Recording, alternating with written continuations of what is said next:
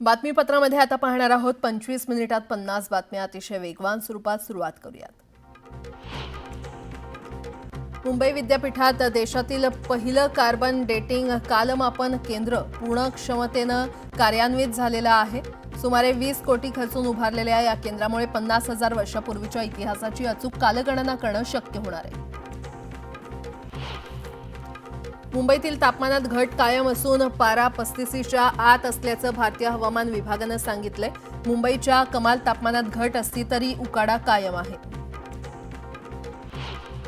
राज्यातील 1513 प्राथमिक दूध उत्पादक संस्था अवसायनात गेलेल्या आहेत आणि राज्यातील 36 जिल्ह्यांमध्ये सध्या 12,368 दूध संस्था असून 141 संस्थांना टाळं लागलंय।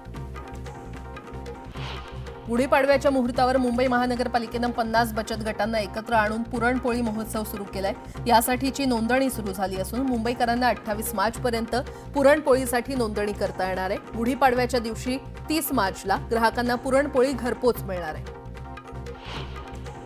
येत्या 13 वर्षांपासून फक्त कागदावर असलेले ठाणे महापालिकेचे पार्किंग धोरण आता प्रत्यक्षात साकारणार आहे। नव्यानं हे धोरण ठरवणार असून लवकरच शहरात विविध ठिकाणी सर्वेक्षण सुरू होणार आहे। या धोरणानंतर ठाण्यातील विविध 168 रस्त्यांवर 11,931 गाड्यांचं पार्किंग करण्याची सोय उपलब्ध होणार आहे। देशावर गेल्या 10 वर्षात विदेश कर्ज तब्बल $250 अब्ज वाढले। लोकसभेत विचारलेल्या प्रश्नाला उत्तर देताना अर्थमंत्री निर्मला सीतारामन यांनी ही माहिती दिली आहे।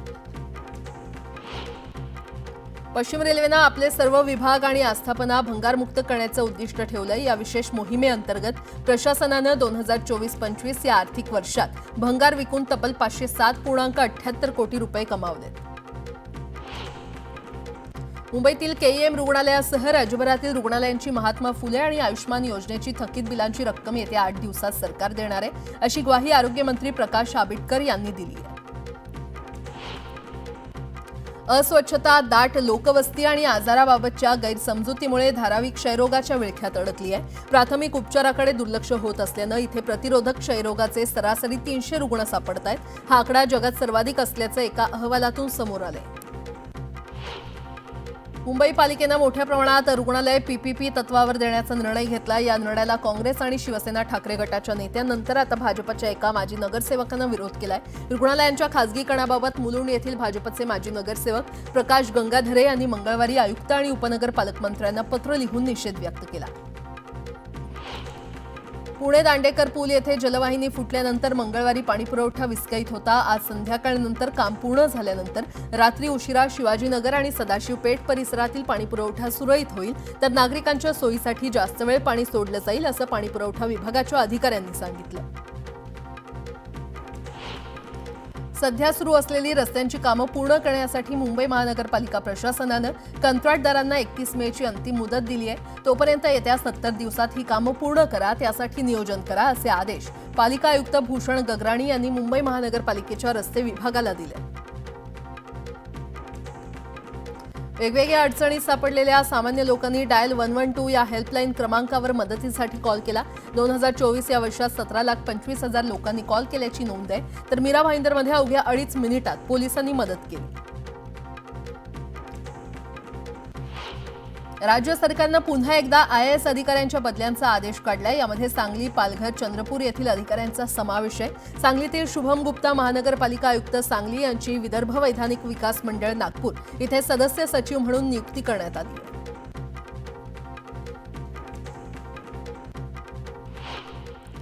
एक मोठी बातमी समोर येते। मुंबई विमानतळाच्या एका शौचालयात मृत अर्भक सापडल्यानं खळबळ उडाली आहे। काल रात्री 11 ते 11:30च्या दरम्यान मुंबईच्या छत्रपती शिवाजी महाराज एअरपोर्टवर हे अर्भक सापडलं। एका अज्ञात व्यक्तीनं हे नवजात बाळ टर्मिनल 2च्या कचरापेटीत टाकलं होतं। या प्रकरणी पोलिसांनी गुन्हा दाखल केला असून अज्ञात व्यक्तीचा शोध घेतला जातोय। आणि या संदर्भात अधिक माहिती देत आहेत आमचे प्रतिनिधी प्रशांत बाग आपल्यासोबत जोडले गेलेले आहेत। प्रशांत, खरं तर धक्कादायक घटना, विमानतळाच्या शौचालयात मृत अर्भक सापडलंय, काय अपडेट? ज्यावेळेस सगळं शौचालयामध्ये असलेला हा जो कचरा पेटी असते, आणखी त्यातला जो सगळा रिसायकलिंग कचरा केला जातो, त्यावेळेस ही घटना लक्षात आली। आणखीन ही खरोखर धक्कादायक घटना मानली जाते. कारण अशा प्रकारे, कारण कोणतीही आपली बॅग आणि लगेज घेऊन कोणी आतमध्ये जात असतं, आणखीन आतमध्ये काही केल्यानंतर ते समजून येत नाही. पण सीसीटीव्हीचं फुटेज बारकाईनं चेक करणं चालू आहे की नेमकं कोण कोण बॅग घेऊन आतमध्ये गेले होते, कोण कोण लोक होते, की त्यांचे फेस रिडिंग सुद्धा केले जात आहे. आपल्याला माहिती आहे की नवीन टेक्नॉलॉजी बसवण्यात आलेली आहे की ज्यामुळे एक चेहरा कॅप्चर झाला तर त्या चेहरा कॅप्चर झालेल्या चेहऱ्यावरचा सुद्धा त्याची ओळख आपल्याला ही कळू शकते. आणि याचा पहिल्यांदा उपयोग आता या एअरपोर्ट पुणे या घटनेत केला जातोय. खरं तर ही धक्कादायक घटना आहे. आणखीन या घटनेला म्हणजे की कशा प्रकारे एक आपलं अर्भक सुद्धा कोणी कचरापेटीत टाकू शकतं आणि तेही अशा ठिकाणी गजबजलेल्या, हा सगळाच विषय एकंदरीत शॉकिंग आहे. पण कोणत्याही परिस्थितीत त्यांना शोधायचं यासाठी म्हणून पोलिसांचा तपास सुरू आहे. आणखीन फेस ट्रेसिंग हा सगळ्यात महत्वाची प्रक्रिया, सायंटिफिक प्रक्रिया ही या ठिकाणी आता पोलिसांनी सुरू केलेली आहे. आपल्याला अपेक्षित आहे की लवकरच पोलिसांना यश मिळेल. आणखीन ज्यांनी हे कृत्य केलं ते जेरबंद होतील. प्राजक्ता. बरं प्रशांत, धन्यवाद या सविस्तर माहितीसाठी.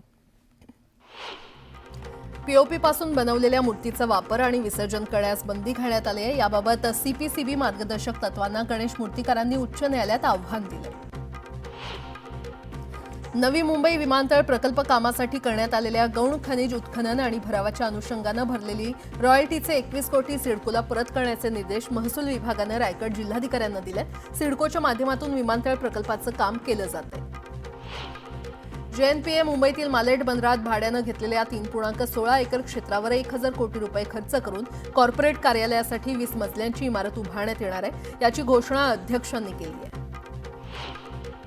पैशांची अफरातफर केल्यानं सोलापूर कृषी उत्पन्न बाजार समितीच्या प्रशासक पदावरून हटवण्यात आलेल्या मोहन निंबाळकर यांची पुन्हा प्रशासकपदी नियुक्ती करण्यात आली. यावर उच्च न्यायालयानं तीव्र नाराजी व्यक्त करत सरकारच्या आदेशाला स्थगिती दिली. राज्यात बांधकाम व्यवसायासाठी 600 रुपये ब्रास रेती मिळेल अशी घोषणा तत्कालीन मुख्यमंत्री एकनाथ शिंदे यांनी 1.5 वर्षांपूर्वी केली होती. मात्र ती अद्याप उपलब्ध न झाल्यानं व्यावसायिकांना गुजरात आणि नंदुरबार येथून 4000पासून पुढे रेती मिळते. रेती मिळत नसल्यानं त्या ठिकाणाहून ती आणून बांधकाम पुढे न्यावं लागतंय. रेडी रेकनरच्या दरात 1 एप्रिलपासून 10% दरवाढ होत असल्यानं खरेदी विक्री व्यवहारासाठी दुय्यम निबंधक कार्यालयात गर्दी होते. त्यातच मार्च अखेरीस 3 दिवस सुट्ट्या आहेत. त्यामुळे नागरिकांची गैरसोय टाळण्यासाठी राज्यातील दुय्यम निबंधक कार्यालय 29, 30 आणि 31 मार्च रोजी सुरू राहतील. तसे आदेश नोंदणी महानिरीक्षकांनी सोमवारी दिलेत. भारतात इलेक्ट्रिक वाहनांच्या खपासोबत विमा घेणाऱ्यांची संख्याही वेगानं वाढते. गेल्या 3 वर्षात ईव्हीसाठी विमा पॉलिसीची मागणी तब्बल 16 पटींनी वाढली आहे. ईव्ही कारसाठी विमा पॉलिसीचा हिस्सा मार्च 2025 पर्यंत 8.2% वाढलाय.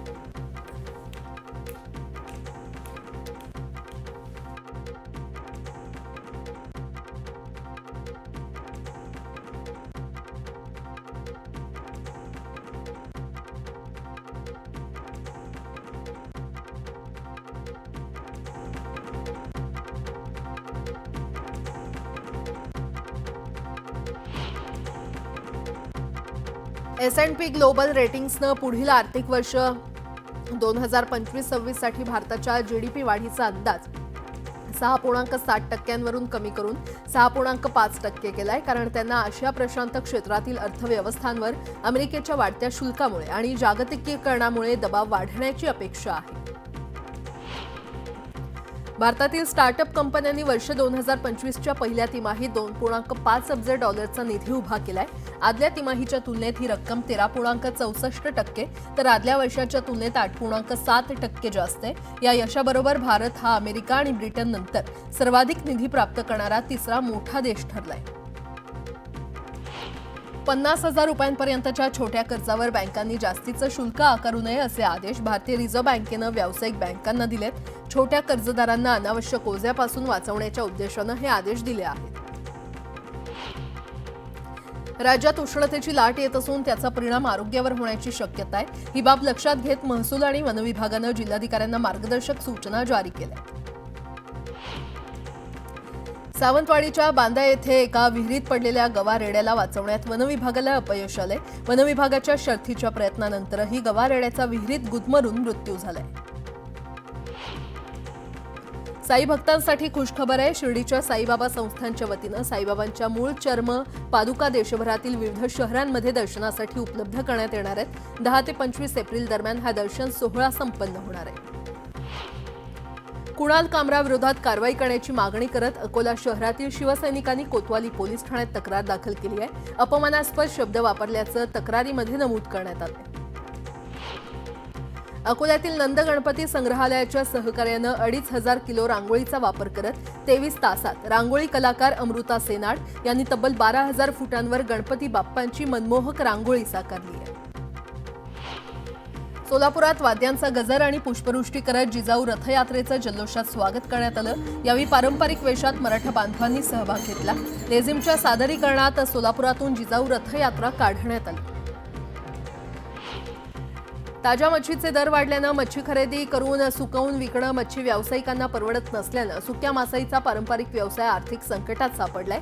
सुकवलेल्या मासळीची कोट्यवधी रुपयांची आर्थिक उलाढाल होत होती. मात्र अलीकडे सुक्या मच्छीचा व्यवसाय आर्थिक संकटात सापडल्याचं पाहायला मिळतंय. महाराष्ट्र राज्य लॉटरी बंद करण्याचा कोणताही प्रस्ताव सरकारच्या विचाराधीन नाही. महाराष्ट्र राज्य लॉटरी नियमितपणे सुरू आहे असं लेखी उत्तर उपमुख्यमंत्री अजित पवार यांनी दिलंय. दावोसमध्ये सामंजस्य करार केलेल्या 17 प्रकल्पांना अतिरिक्त विशेष प्रोत्साहन तर 2 अतिविशाल प्रकल्पांना विशेष प्रोत्साहन देण्यास मुख्यमंत्री देवेंद्र फडणवीस यांच्या अध्यक्षतेखाली झालेल्या मंत्रिमंडळ बैठकीत मंजुरी देण्यात आली. या 19 प्रकल्पांच्या माध्यमातून राज्यात 3,92,000 कोटी रुपयांची नवीन गुंतवणूक येणार असून 1 लाख रोजगार निर्मिती होणार आहे. राज्यातील दप्तर दिरंगाई आणि भ्रष्टाचार रोखण्यासाठी सरकारच्या अनेक योजना नागरिकांना आता व्हॉट्सअॅपच्या माध्यमातून उपलब्ध करून देण्यात येणार आहेत. त्यासाठी मेटा कंपनीबरोबर करार करण्यात आला असून नागरिकांना सरकारी सेवांचं शुल्क देखील व्हॉट्सअॅपच्या माध्यमातून भरता येईल अशी घोषणा मुख्यमंत्र्यांनी केली आहे. कोचिंग क्लासेसचं नियमन करणारे विधेयक पावसाळी अधिवेशनात मांडण्यात येईल अशी माहिती राज्य सरकारनं उच्च न्यायालयात दिली आहे. कोचिंग क्लासेस कोणत्याही नियामक यंत्रणेशिवाय चालवले जातात. त्यासाठी कठोरात कठोर कायदा केला जाणार आहे. कायद्यानं हुक्क्यावर बंदी घालण्यात आली आहे. मात्र त्यानंतरही कोणी हॉटेलमध्ये अशा प्रकारे हुक्का पार्लर चालवत असल्यास संबंधितांचे हॉटेलचे परवाने रद्द करण्यात येणार असल्याची माहिती राज्याचे मुख्यमंत्री देवेंद्र फडणवीसांनी दिली आहे. भारतीय पुरातत्व विभागाच्या अखत्यारीत येणारे छत्रपती शिवाजी महाराजांचे किल्ले संवर्धन आणि देखभाल आणि दुरुस्तीसाठी राज्याच्या पुरातत्व विभागाकडे देण्यात यावेत अशी विनंती राज्याचे सांस्कृतिक कार्यमंत्री आशिष शेलार यांनी केंद्रीय मंत्री गजेंद्रसिंह शेखावत यांच्याकडे पत्राद्वारे केली आहे. रत्नागिरीतील दाभोळ खाडी आणि आंजर्ली खाडी, बाणकोट खाडी बॅक वॉटर बोटिंग सफरला पर्यटक अधिक पसंती देत आहेत. समुद्र किनाऱ्यावर आनंद लुटण्याबरोबरच समुद्री खाड्यांचा बोटीतून प्रवास करून आनंद लुटण्यासाठी अनेक पर्यटक पसंती देत आहेत. त्यामुळे खाडीतील बोट सफर व्यवसायातून स्थानिकांना रोजगार उपलब्ध होतोय. पुणे बँगलोर राष्ट्रीय महामार्गावर कराड तालुक्यातील वाहगावमध्ये रस्त्याचं काम सुरू आहे. यावेळी ठेकेदारांनी खोदलेल्या खड्ड्यामुळे एसटी बसची 2 चाकं महामार्गावरून खाली गेली. चालकानं वेळीच प्रसंगावधान राखल्यानं मोठा अनर्थ टळला. हवामानातील बदलाचा कोकणातील हापूस उत्पादनावर परिणाम झालाय. अपेक्षित थंडी न पडल्यानं पहिल्या बहरातील मोहोर गळून पडला. त्यामुळे हापूस आंबा पीक 30 ते 40% घटणार आहे. म्हसाळा नगरपंचायतीच्या वतीनं मुख्याधिकारी यांच्या मार्गदर्शनाखाली थकीत मालमत्ता कर वसुली मोहीम सुरू केली आहे. लाखोंचा कर थकीत ठेवणाऱ्या शहरातील 5 जणांच्या मालमत्ता जप्त केल्या. सोलापूर विमानसेवा अनेक दिवसांपासून बंद आहे. अशात इथली विमानसेवा सुरू होण्यासाठी संभाजी ब्रिगेडकडून अनोखं आंदोलन करण्यात आलं. विमानतळाच्या गेटवर प्रतिकात्मक प्लास्टिकचं विमान उडवून संभाजी ब्रिगेडकडून सरकारची आणि लोकप्रतिनिधींची खिल्ली उडवण्यात आली. चिपळूणमध्ये 2019 साली तिवरे धरण फुटल्यानंतर बेघर झालेल्या नागरिकांसाठी अंदाजे 85 लाख रुपये खर्च करून 15 कंटेनर उपलब्ध करून देण्यात आले होते. प्रत्येक कंटेनरची किंमत 5.5 लाख रुपये होती. हे तात्पुरते निवासस्थान म्हणून देण्यात आले होते. मात्र लोकांना कायमस्वरूपी घर मिळाल्यानंतर हे कंटेनर वापराविना पडू नयेत आणि आता भंगारात जाण्याची वेळ आली आहे. बीड जिल्ह्यामध्ये 840 जणांच्या खात्यावर पीक विम्याचे तब्बल 78 लाख रुपये वर्ग झाले होते. ही बाब निदर्शनास आल्यानंतर भारतीय पीक विमा कंपनीनं या 840 जणांना नोटीस बजावली. तसंच जमा झालेली रक्कम तातडीनं कंपनीच्या बँक खात्यामध्ये जमा करावी असं या नोटीसमध्ये म्हटलं. ईद आणि गुढीपाडव्याच्या पार्श्वभूमीवर दंग विरोधी पथकाचं चिपळूणमध्ये मॉकड्रिल घेण्यात आलं. डीवायएसपी राजमाने आणि पोलीस निरीक्षक मेंगडे यांच्या नेतृत्वात मॉकड्रिलचं आयोजन करण्यात आलं होतं. अहिल्यानगर जिल्ह्यात जलयुक्त शिवार योजनेअंतर्गत 368 गावांमध्ये कामं मंजूर असून 17,000हून अधिक कामं पूर्ण झाली आहेत. या कामांचा आढावा घेऊन नव्यानं मंजूर झालेल्या कामांना पावसाळ्यापूर्वी पूर्ण करण्याचे आदेश अहिल्यानगरचे जिल्हाधिकारी डॉक्टर पंकज आशिया यांनी दिले. बीड जिल्ह्यामध्ये 1034 ग्रामपंचायतीच्या सरपंच पदासाठी आरक्षण सोडत जाहीर करण्यात आली आहे. जिल्ह्याच्या 11 तालुक्यातील तहसील कार्यालयामध्ये ही प्रक्रिया पार पडली. यामध्ये 500 पेक्षा अधिक ग्रामपंचायतीचा कारभार लाडक्या बहिणी पाहणार आहेत. बदलापूरमधील कोरोना काळातील कोट्यावधी रुपयांचं साहित्य 3 वर्ष धुळखात पडलंय. कोरोना काळातील ऑक्सिजन सिलेंडर, ऑक्सिजन मशीन, खाटा, गाद्या, व्हेंटिलेटर, वैद्यकीय वापरातील लोखंडी स्टँड, मास्क आणि पीपीई किट हे साहित्य गेल्या 3 वर्षांपासून धुळखात पडले. संगमनेर तालुक्यातील जवानाला वीरमरण आलंय. भारत पाकिस्तान सीमेवर पाकिस्तानकडून झालेल्या गोळीबारात रामदास बडे हे जवान शहीद झालेत. आज मेंढवण या त्यांच्या मूळ गावी त्यांच्या पार्थिवावर लष्करी इतमामात अंत्यसंस्कार केले जाणार आहेत. कोल्हापुरात वादळी वाऱ्यासह पावसानं हजेरी लावली. अचानक आलेल्या पावसानं नागरिकांची तारांबळ उडाली. गडहिंग्लजमध्ये मुसळधार पाऊस झाला. यामुळे रस्त्यांवर पाणी साचलं असून याचा वाहतुकीवर परिणाम झाल्याचं पाहायला मिळालं. मुंबई गोवा महामार्गावरील कशेडी घाटाला पर्यायी असलेल्या दोन्ही बोगद्यातून गळती सुरू आहे. 1.5 वर्षांपूर्वी सुरू झालेल्या एका बोगद्यातील गळती थोपवण्याचा राष्ट्रीय महामार्गाचा प्रयत्न फोल ठरला असून नुकत्याच सुरू झालेल्या दुसऱ्या बोगद्यातून देखील पाण्याची गळती सुरूच आहे. कोल्हापूर जिल्ह्यातील ऐतिहासिक पन्हाळा किल्ल्यावरील शिवस्मारकाच्या उभारणीसाठी उपमुख्यमंत्री एकनाथ शिंदे 10 कोटींचा निधी त्यांनी मंजूर केलाय. कोल्हापूर जिल्ह्यातील आमदारांची आणि शिवप्रेमींची ही मागणी मान्य करत शिवस्मारकाच्या कामासाठी तात्काळ या निधीला मंजुरी दिली. याबाबतचा शासन निर्णय तात्काळ काढण्यात येऊन तो आमदारांना सुपूर्द करण्यात आलाय. देशातील प्रमुख राज्यात हेक्टरी ऊस उत्पादकतेमध्ये महाराष्ट्र देशात 8व्या स्थानी आहे. अर्थात उत्पादनातील घटीचा हा परिणाम आहे. असं असलं तरी ऊसाखालील क्षेत्रात 40 वर्षात सातत्यानं वाढ झाली आहे. सोमेश्वर सहकारी साखर कारखान्यानं चालू गाळप हंगामातील ऊसासाठी प्रति टन 3,173 रुपये एफआरपी देण्याचा निर्णय घेतलाय. आतापर्यंत 2,800 रुपये सभासदांच्या खात्यावर वर्ग केलेत. उर्वरित 373 रुपये 31 मार्चपूर्वी सर्व रक्कम सभासदांच्या खात्यावर वर्ग करण्यात येणार आहे. राज्यात पुढील हंगामात ऊस लागवड क्षेत्रात मोठी वाढ होणार असल्याचा अंदाज व्यक्त करण्यात येतोय. राज्यात यंदा सरासरीपेक्षा अधिक ऊस क्षेत्र असून पुढील साखर हंगाम चांगला राहणार असल्याचा अंदाज कृषी विभागानं दिलाय. कोल्हापूर विमानतळ धावपट्टी विस्तारीकरण रखडणार आहे. विस्तारीकरण क्षेत्रात असलेल्या कोल्हापूर हुपरी रस्त्याचा प्रश्न निर्माण झाल्यानं या रस्त्याखेरीज संपादित क्षेत्र ताब्यात घेण्यास विमानतळ प्राधिकरणानं नकार दिलाय. त्यामुळे कोल्हापूरची हवाई वाहतूक विस्तारण्याचं स्वप्न 2026 नंतरच सत्यात उतरेल अशी चिन्ह आहेत.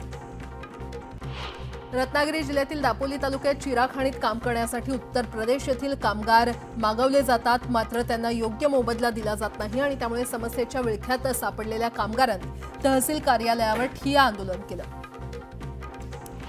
धान उत्पादक शेतकऱ्यांना यावर्षी 2 हेक्टरपर्यंत प्रति हेक्टर 20,000 रुपये अनुदान देण्यात येईल. तसंच सौर पंप योजनेमध्ये पाणी पातळी खाली गेलेल्या भागात 10 एचपीचे कृषी पंप बसवण्यात मान्यता देत असल्याचं मुख्यमंत्री फडणवीसांनी विधानसभेत जाहीर केलं. दिल्लीकरांना लवकरच अस्सल देवगड आणि रत्नागिरी हापूस आंब्याची चव चाखायला मिळणार आहे. दिल्लीमध्ये सुरू होणाऱ्या आंबा महोत्सवाच्या उद्घाटनाला उपस्थित राहण्यास पंतप्रधान नरेंद्र मोदी यांनी मान्यता दिली आहे. ही संकल्पना मोदींना आवडल्यामुळे त्यांनी या महोत्सवाला येण्याची तयारी दर्शवली आहे. गुढीपाडव्याला पंतप्रधान नरेंद्र मोदी नागपुरात येणार आहेत. पंतप्रधानांच्या नियोजित दौऱ्याच्या अनुषंगानं नागपूर पोलीस आयुक्त डॉक्टर रवींद्र कुमार सिंगल, मनपा आयुक्त तथा प्रशासक डॉक्टर अभिजित चौधरी यांनी दौऱ्यातील संपूर्ण मार्गाची पाहणी केली. राष्ट्रवादी काँग्रेस अजित पवार गटाचे आमदार अण्णा बनसोडे यांची विधानसभा उपाध्यक्षपदी निवड झाली आहे. पिंपरी चिंचवड शहराला 25 वर्षांनंतर मंत्रिपद दर्जा असणाऱ्या पदावर संधी मिळाल्यानं पवार गटामध्ये चैतन्याचं वातावरण आहे. स्टँड अप कॉमेडियन कुणाल कामराबाबत उत्तर प्रदेशचे मुख्यमंत्री योगी आदित्यनाथ यांनी भूमिका मांडली आहे. अभिव्यक्ती स्वातंत्र्य हे कोणत्याही कुणालाही वैयक्तिक लक्ष्य करण्यासाठी असू शकत नाही असं योगी म्हटलंय. अभिनेत्री आणि खासदार कंगना रनौत हिनं कॉमेडियन कुणाल कामराचा चांगला समाचार घेतलाय. सहमत असाल किंवा नसाल, मात्र अशा पद्धतीनं मजा घेणं योग्य नाही, हे कायद्याच्या विरोधात आहे. अशा पद्धतीनं कुणाविषयी बोलणं चुकीचं आहे असा हल्लाबोल तिनं केलाय.